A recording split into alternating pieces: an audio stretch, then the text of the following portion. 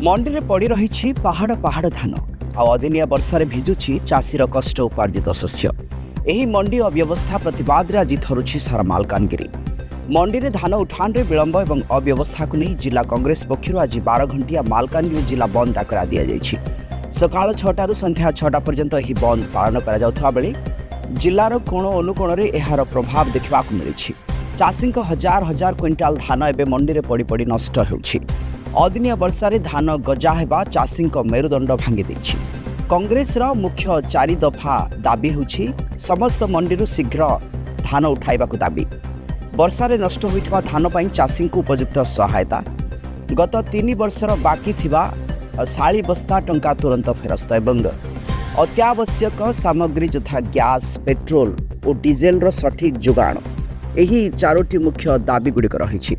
यही बंद जोगु मालकानगिरी सहर समेत बालीमेला, माथिली, पोटेरू और चित्रकोंडारे दुकान बजार संपूर्ण बंद रही।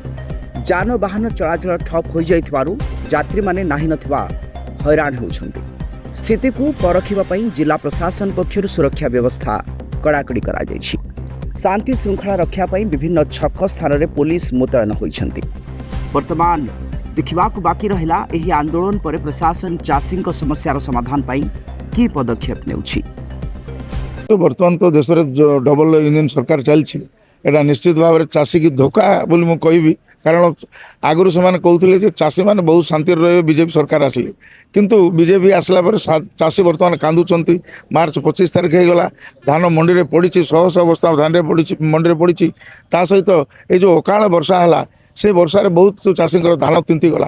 वर्तमान चाषी कांदुची बसिक ये सब देखला पर आम चिंता करूँ निश्चित भाव में चाषी मान सहयोग आवश्यकता रही। सहित उपभोक्ता मान जो मैंने गैस नौ सिलिंडर नौ से ठीक भाव में गैस सिलिंडर दौना। सहित डीजेल पेट्रोल अभाव रही, अभाव बिक्री रही। तेणु या आम आखि आगे रखीचु जे से सहयोग करने ये जिलार समस्या को समाधान करने आम आज राजरास्ता को बाध्य हलु।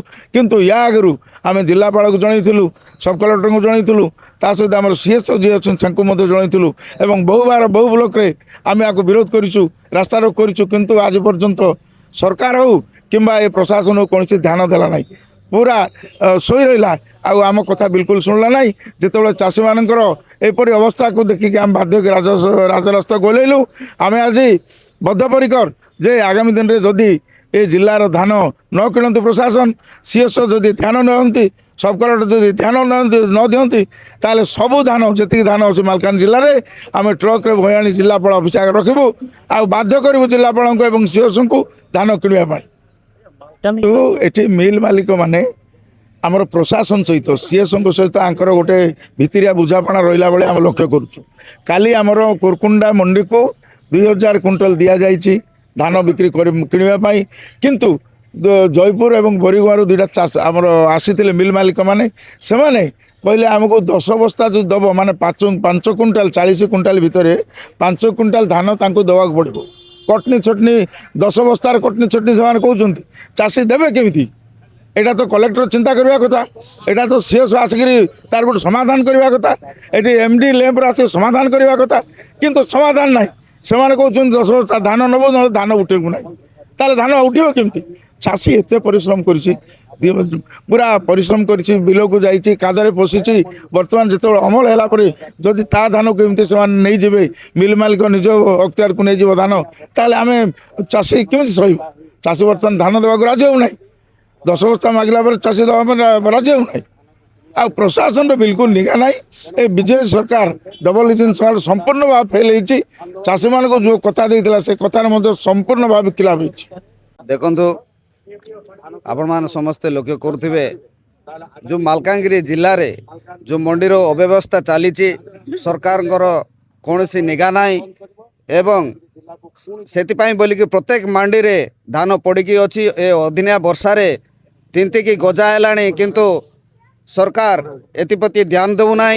एपाई आम आज राजरास्ता ओल्लैचु जे सरकार को चेतावनी दौचु जे आगामी दिन जदि जो 31 तारीख मध्य जदि धान न उठे तेबे प्रत्येक धान जो मंडी रे पड़ी सब कलेक्टर पाको बा कलेक्टर ऑफिस रे आनिकी गदेकी आमे प्रतिवाद करूँ जे पर्यंत आमर धान को से न किणती एवं देखंतु जो समस्या रही है गैस रो समस्या ए जो हुतु हुतु खरारे दीर्घ गोटे किलोमीटर हम एमती लाइन लगिकी रोचंती प्रत्येक दिन ठीक समय आमको उपभोक्ता मानू जगे दे पारुना पेट्रोल डीजेल रो अवस्था मध्य ठीक सेमिति एका अच्छे एवं आमर जो दाबी रहा आ गोटे जे 3 वर्षर अखावस्था आज पर्यंत आम बारंबार प्रशासन को जणाइबा सत्वे मध्य आमको जगे दे देउना सेतिपाई कांग्रेस दल आज मालकानगिरी जिले में बंद डाकरा देइचंते आपण माने